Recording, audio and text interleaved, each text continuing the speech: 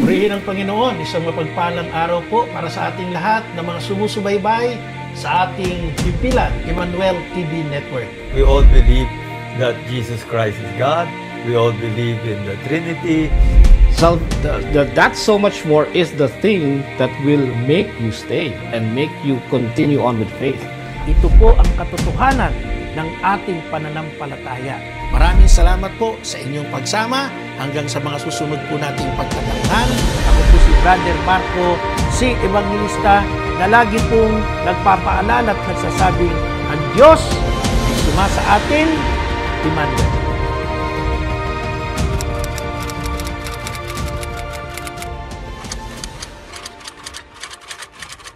Purihin ang Panginoon, isang mapagpalang araw po para sa ating lahat na mga sumusubaybay sa ating himpilan, Emmanuel TV Network.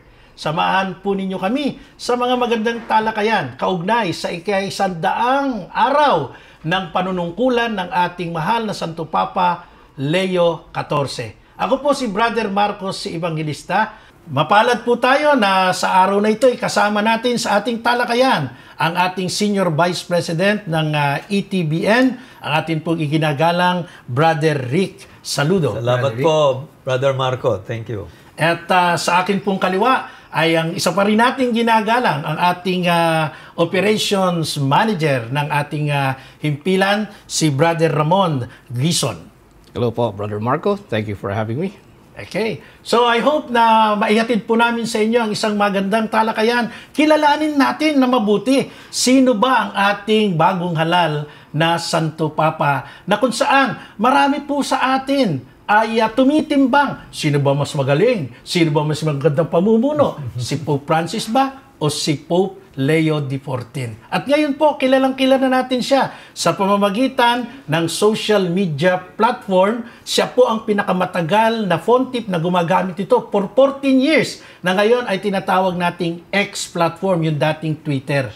At ito ang ating pag-uusapan, ito ang ating hihimayin. Siguro, napakalaking tulong ng dalawang big boss natin dito para maintindihan natin at more deeper ay makilala natin ang ating mahal na Santo Papa. Brother Rick, sa iyo pong karanasan, sa maraming mga Santo Papa, sa mga kasaysayan nila, ano po yung kakaiba na maaari nating ma-observe sa ating present pontiff?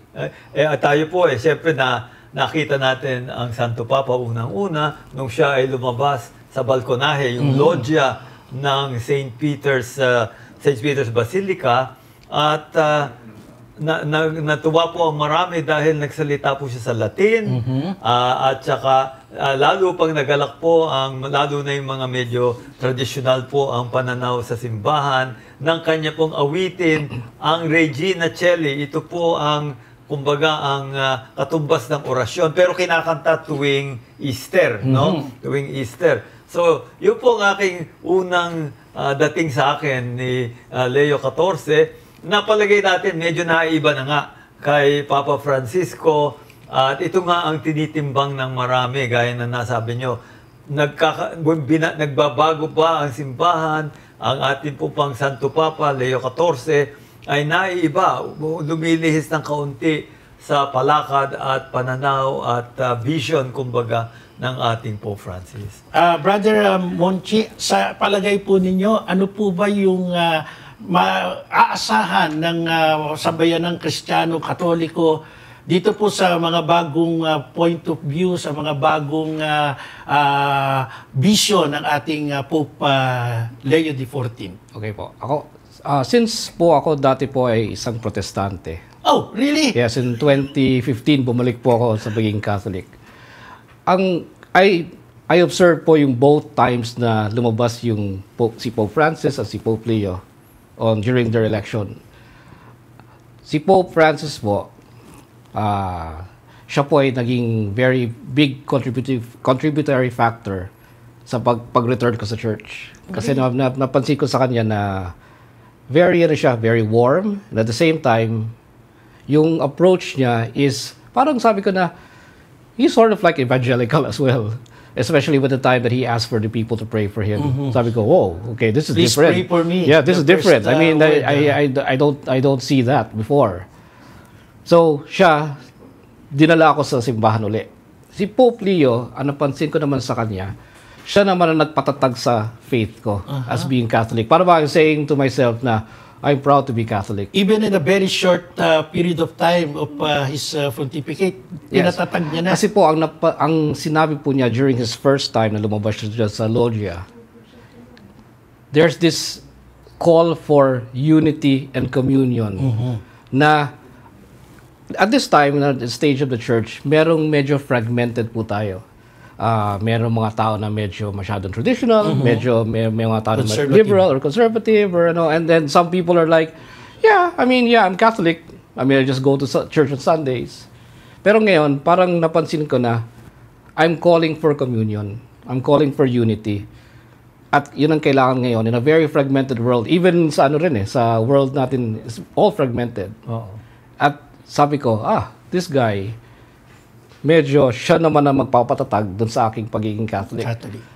Makes me stay. Pope Francis invited me back in. Pope Leo is holding the fort. Stay here. We got the best. Well, for the knowledge of the public, ang atin pong, in relation sa sinasabi ni Brother Ramon, ang atin pong Pope Leo XIV, ang kanyang vision, number 1, is ecumenism. So, to elaborate that, Brother Rick, pag sinabi bang ecumenism, sometimes many Catholics misinterpreted na akala nila, spirit of ecumenism, so pwede ako mag-join in different denomination, different sect. So, can you please, Brother Rick, elaborate, ano po ba talaga yung real essence of the ecumenism that our church encourage na gawin natin bilang Katoliko? Dito po ang atas ng simbahan. Meron po tayong mga paniniwala, mga hangarin para sa ating simbahan na kamukha, katulad, hindi man eksakto, ng makikita natin sa ibang mga sekto ng Kristyanismo. We all believe that Jesus Christ is God.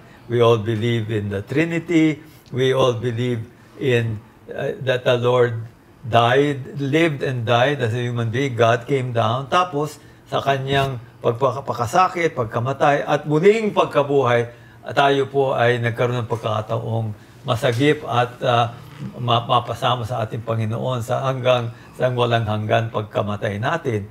These beliefs are common and they become the basis of ecumenism. No? Meron pa rin mga diferensya, pero kung meron tayong pare-parehong paniniwala, yan ang pagsasama. Hindi ito ibig sabihin, hindi ito ang kabaliktaran po nito, yung tinatawag na indifferentism.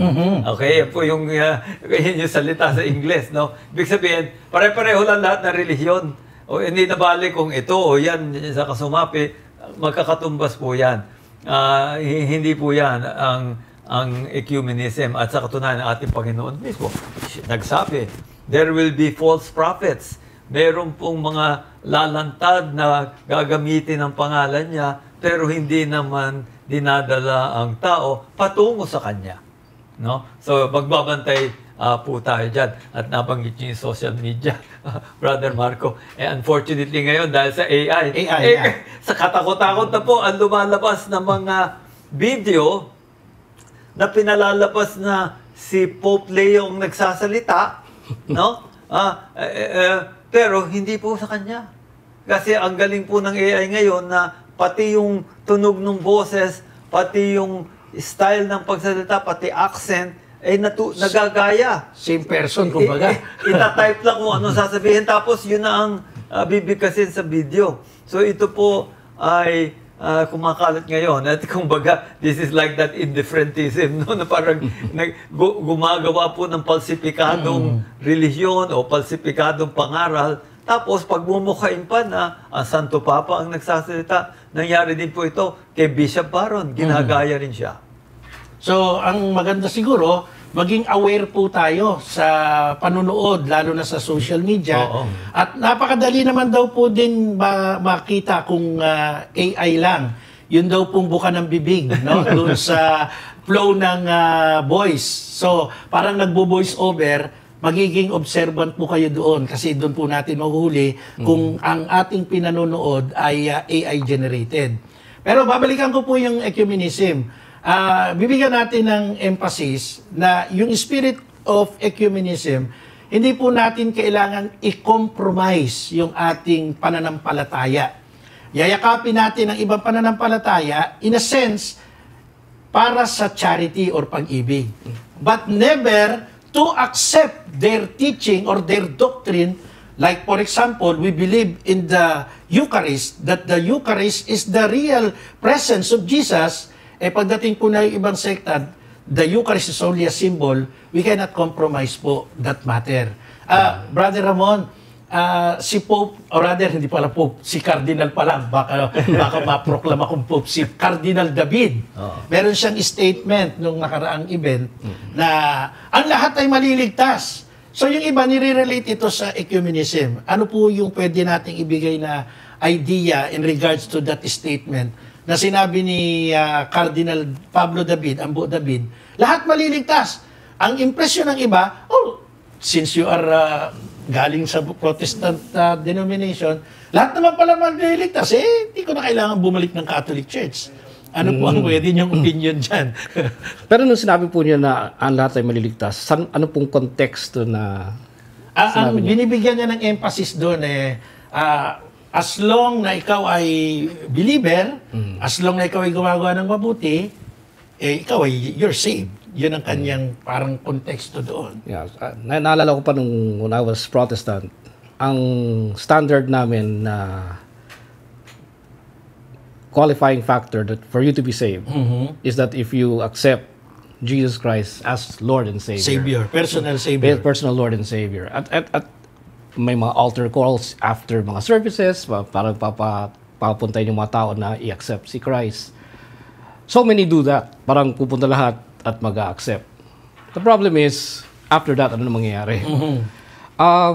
Yung sinabi po ni Cardinal, I think, siguro yung pinaka-basic na we believe in Christ, we believe in Jesus doon sa kanyang sacrifice that He did on the cross for us. Now, paano siya i-appropriate sa atin? Doon nagkakaiba ang Catholics and Protestants na a Protestant will say na you have to have a personal relationship with Christ.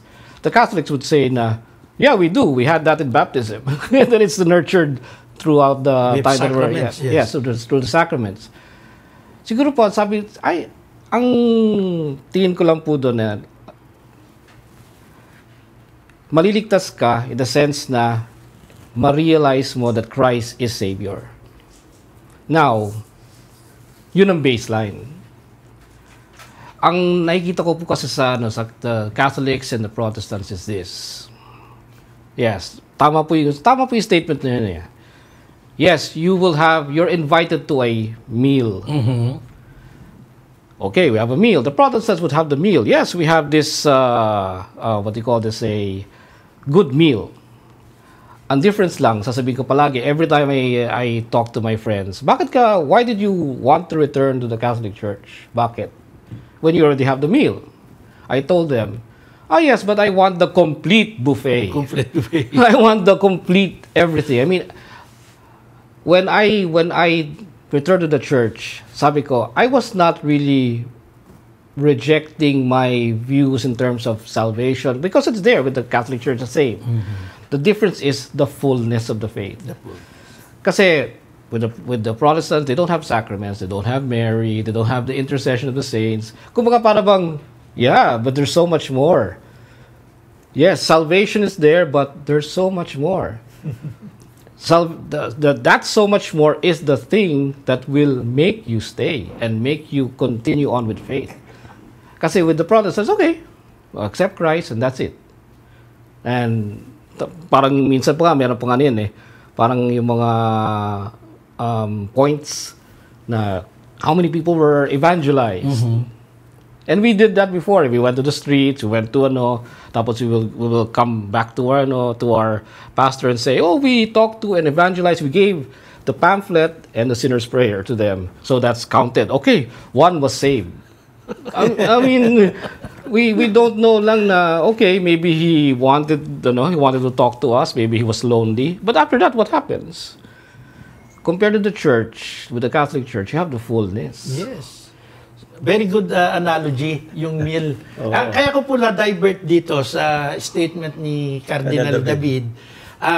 Of course, may similarity kasi yung view na ito ni Cardinal David sa ating namayapang Pope Francis. Na para bang open siya para sa lahat. Actually, maraming naging kritiko siya. Even yung mga kinoconsider nilang hindi naman Christian denomination, welcome na kanyang ini-entertain. So ito po, kaya ko lang binanggit, ay in relation pa rin sa pontificate ni Pope Leo XIV. Sa tingin niyo po ba dahil si Pope Leo, Broderick, ay open sa spirit of ecumenism, may possibility ba na ma-adapt niya rin yung ilang mga views ni Pope Francis para sa ating simbahan? Naihayag na ni Pope Leo na ibig niyang isulong ang halimbawa synodality at kung hindi lang synodality pero yung pakikipag-ugnay sa ibang mga pananampalataya na hindi lang kay Pope Francis yan. Sa katunayan, masasabing nagpasimuno niyan ay ang ikalawang konseho ng Vaticano, Second Vatican Council.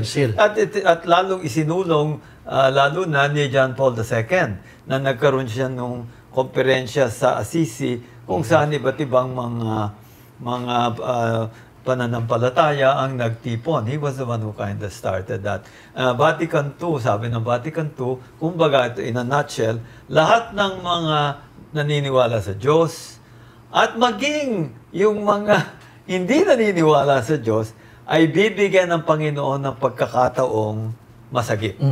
Pagkakataon. Kasi alam niyo yung sinabing all will be saved. May qualification yan. All will be saved if they want to be saved. Kasi hindi po ipipilit ng Panginoon na, o sige, sa akin ka na habang panahon. Kung ayaw mo, hindi ayaw mo. Hindi ka na pagpilitin. At sinabi rin ni Cardinal David, ito ang inihayag niya sa interview niya sa America Magazine. Yung America Magazine, yan ang magazine ng mga Hiswita sa Amerika. No? Sabi niya, we're not Catholic if we believe that God wants to save only Catholics. At talaga naman. Ang gusto ng Diyos. I agree. Sinabi ng Panginoon sa Ascension, baptize all nations. All nations. In the name of the Father, Son, Holy Spirit. Lahat po tayo. No? Kahit pa yung pinakamasamang taong maisip gusto yung masagip na Diyos. Pero, ulitin ko, kung ayaw niyong pasagip, kung hindi kayo ibig. Siyempre, kung gusto mong masagip, dapat ang Panginoon ang iyong poon. Kung ayaw mong magpasakop sa Panginoon, parang sinasabi mo na, Diyos ko, wag niyo na akong sagipin. Ayoko sa inyo. Hindi ka pipilitin ng Diyos. Okay, napakaganda pong binibigyan natin ng attention to. Una, dapat nating makilala na si Pope Leo XIV po ay isang misyonaryo. Kaya hindi ho imposible na idinudugtong natin itong mga usapin na to dahil bilang misyonaryo, alam natin ang objective ng isang misyonary. Umakay at magligtas ng mga kaluluwa. Hindi lang ibalik sa simbahan, ano? Ibang usapin yung ibalik lang sa simbahan eh. Kundi sa halip, yung sinabi kanina ni Brother Ramon, matanggap niya yung complete meal. Napakagandang yun eh. Analogy dun sa meal at saka sa complete meal. Yun ang kanyang nais na maging pananaw para sa ating simbahan. Pero ito pa, alam ko mga observer kayo sa simbahan eh.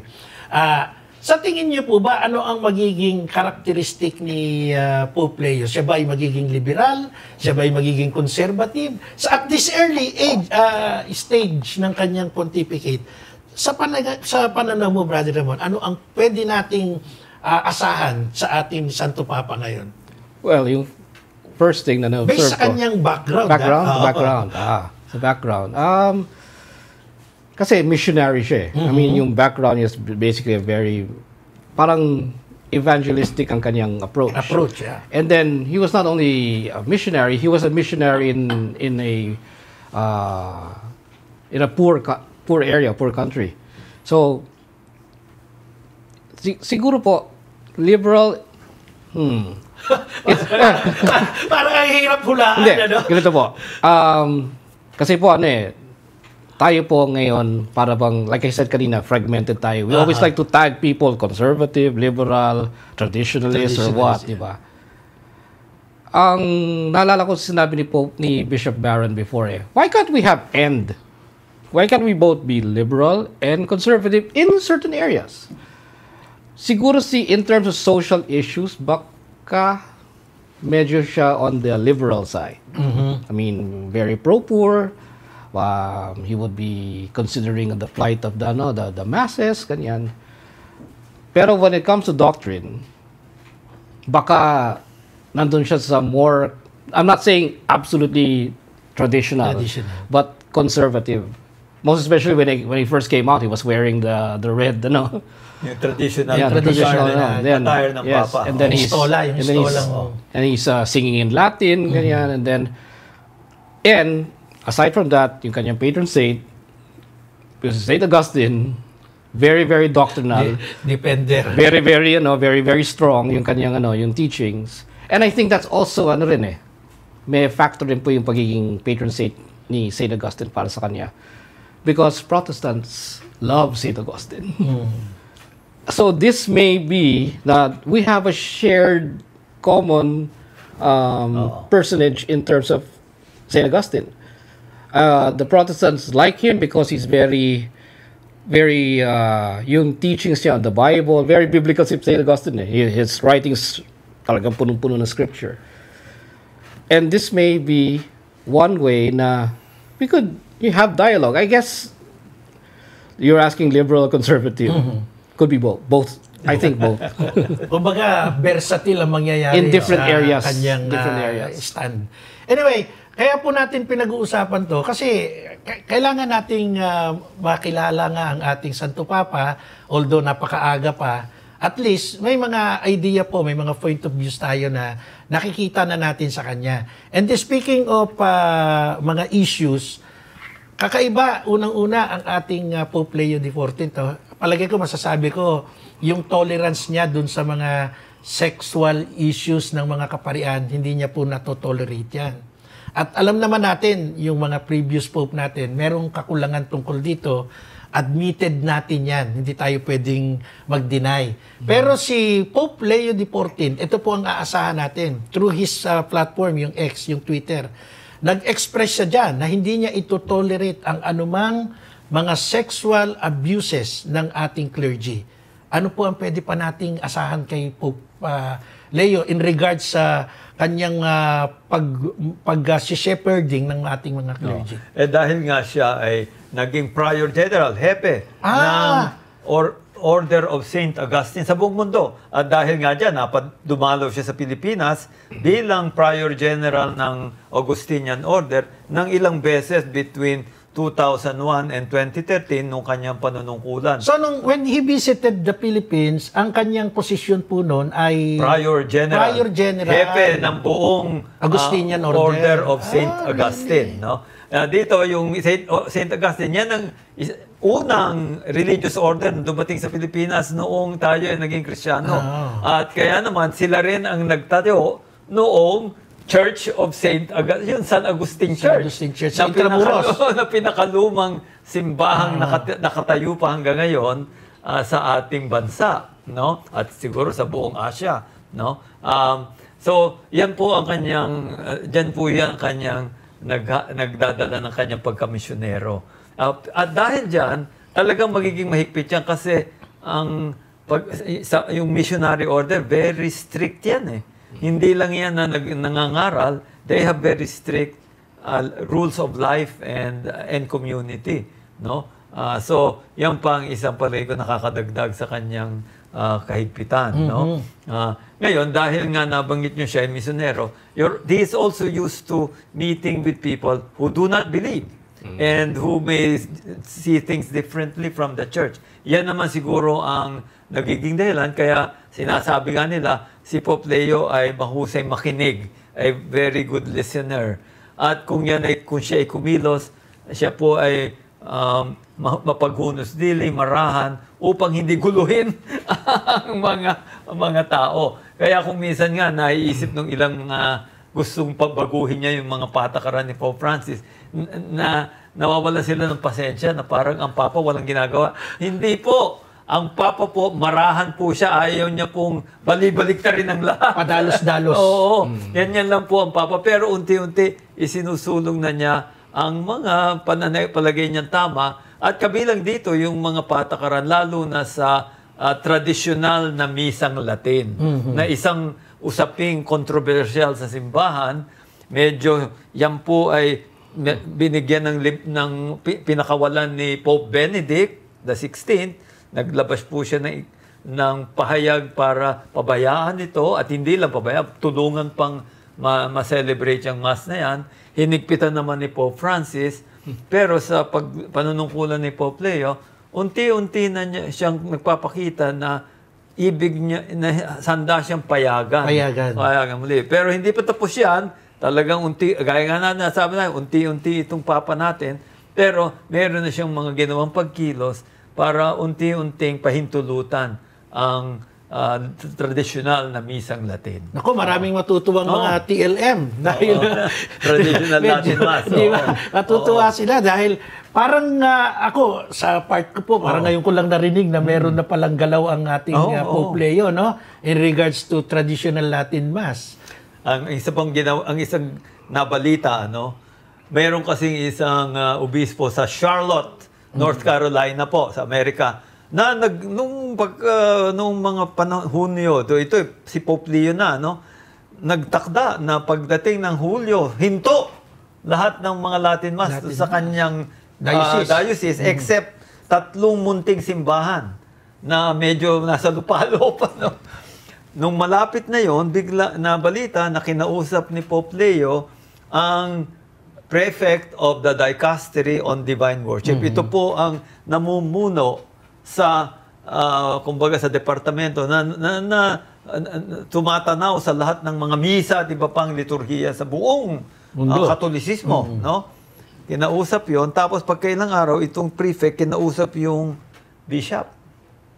At pagkatapos makausap yung bishop, yung kanyang dekreto na ihinto yung Latin Mass, sinuspinde. Sinuspinde niya. At sinihayag pa nung bishop na antabayanan natin at baka magbago ang patakaran ng simbahan pagdating sa Latin Mass. Ayun. So medyo, ngayon, nagsalita pa si Leo? Hindi. Pero medyo naramdaman na mukhang iba siya. Iba yung approach. Iba yung dating. Iba yung approach. Iba na yun. Pero nangyayari din naman ngayon, may mga yung mas liberal na sinusubukan siya, kumbaga, may mga patutsada. May mga attempt na. Alam niyo, yung isang nabalita recently lang, napanood ko to kay Taylor Marshall. Meron daw sa isang misa na may ilang mga obispong nag-concelebrate at maraming pare nag-concelebrate, may babaeng protestanteng minister Na nag-participate? na nag-concelebrate. At nung nag-consecration, di ba yung mga paring nag-concelebrate, ilalantad nila yung kanilang kamay dahil sila nagko-consecrate din ng host. Yung babae daw, inilantad yung kamay. Medyo... Hindi na ako Very alarming yan. Medyo siguro alarming. yan ay bagay na usisain noong dicastery on the divine worship. Kasi syempre, parang hindi yata ito tugma sa ating patakaran. Now, one thing, maidagdag ko lang, at ito sigurado magiging traditional din, kumbaga, o doctrinal si Pope Leo. He's a canon lawyer. At yung mga canon lawyer, alam nila lahat ng mga batas at patakaran ng simbahan. At alam nila, pag medyo lumihis ka ng kaunti, alam nila kung medyo ito ay lalabag sa mismong batas ng simbahan. So palagay natin si Pope Leo, ewan ko lang, pero palagay ko yung ganong misa na merong concelebrant na hindi pa rin Katoliko, problema yon. Halimbawa, kung isang layman sumali doon, layman na Katoliko, sumali doon, hindi pwede yun. Ano pa kaya ito na protestante, at wag na natin sabihin babae, lalaki, hindi, basta protestante, talagang parang malabo yun. So, mga ginigiliw namin taga-Subaybay, sa totoo lang po, marami tayong isyong nais na i-discuss about our Pope Leo XIV. Sa mga final words natin, hindi naman natin kinukumpir kay Pope Francis ang ating Pope Leo. Kundi parang tinitingnan lang natin ano yung tatahakin ng ating Santa Iglesia under his pontificate. Bago siguro tayo matapos, marami naman na tayong na-discuss. Yung gender sensitivity. Kasi si Pope Francis, hindi natin kinukumpir, ano? Parang gusto lang natin makakita ng picture. Kay Pope Leo, sa tingin mo, Brother Ramon, ano ang magiging aasahan natin yung treatment niya in regards dito sa issue ng gender, magiging sensitive ba siya? Kasi meron na siyang statement na katulad sa kasal, ang kasal ay para sa lalaki at babae lang. Si Pope Francis, meron siyang naging statement natin na pwedeng bigyan ng blessing yung union ng both gender.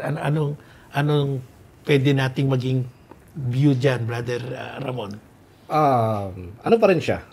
We will still stick dun sa traditional view on marriage, on the role of the male, the role of the female. Ganun pa rin siya. Same. So doon papasok yung sinasabi mo na in terms of doctrine or faith, talagang magiging straight siyang conservative. Yun ang point. Pero ang magiging difference lang siguro po is that he will still listen to you. I mean, kasi po, dun sa rule of St. Augustine po primary pa nga doon, number 1 is the unity and community. Ayaw niyang, siguro si Pope Leo will not want to reject people. Pero he will just say na, ito yung simbahan, ito yung ating teachings, this is how it is, pero we will not reject you. We will not say walang na... deprived na... Walang no one will be booted out or what. I mean, you're still with us. Now, kung tatanggapin yung sex change or homosexual marriage, hindi mangyayari po. Hindi mangyayari. I don't think na Pope Leo will go beyond the tradition. Yeah. Maski si Pope Francis, actually, ang kanyang pinayagan, na bindisyonan mo ang dalawang tao na nagsasama sa isang same-sex union, pero hindi niya sinasabing bibindisyonan mo yung union. Yun lang mga taong nasa union, no? Separately. No? Kung gusto magkatabi, pero the blessing is on them individually, not on their union, no? Pero dagdagan ko rin, si Pope Leo, pinili niya yung pangalang Leo dahil kay Leo the 13th, na sinabi niya, siya ay nagsusulong ng mga reforma sa lipunan, no? So, siguro sensitive nga siya sa mga usaping panlipunan. But Leo the 13th was also an opponent of heresy. At naglabas siya ng mga dekreto, lalo na kontra sa mga mason. Ilang beses niya yung inilabas, no?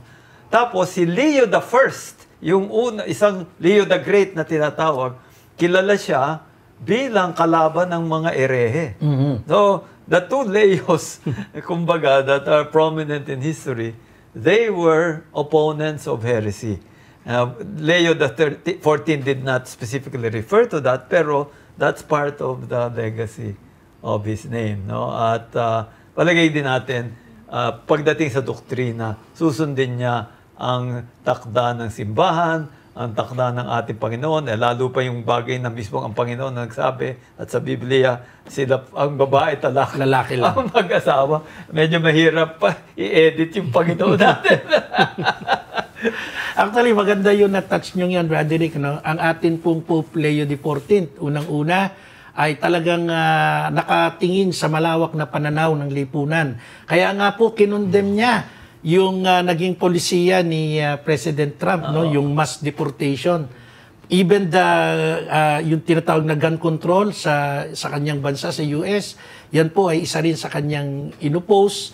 At marami pang mga social issues. Kaya I think ang ating kasalukuyang Santo Papa, talagang maaasahan natin ng maraming reformang gagawin para sa higit na ikagaganda ng ating Santa Iglesia. Siyempre, ang obligation din naman natin ay i-preserve natin yung ating pananampalataya. No? Maniwala tayo that there is only one church founded by Jesus at ito ay walang iba kundi ang Santa Iglesia Katolika Apostolika.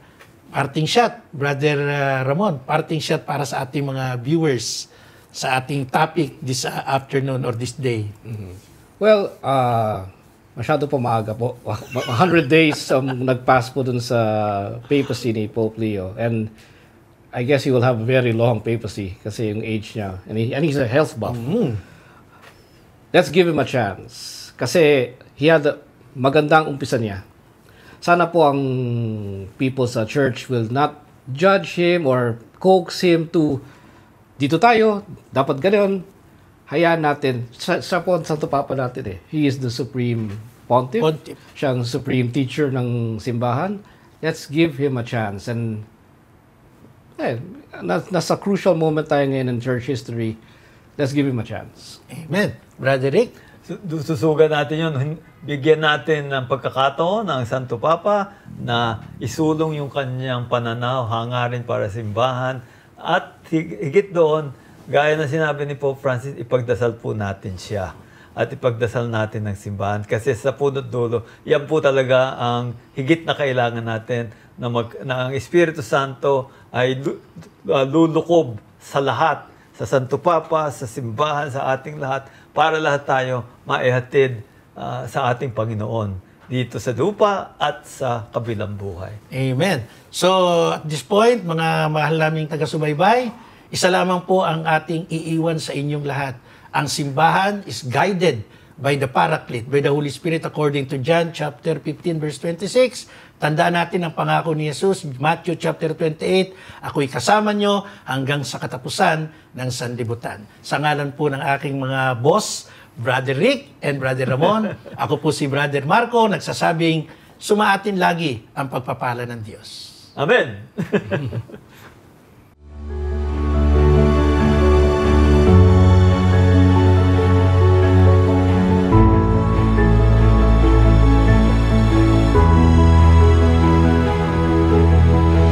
You're watching ETVN Philippines.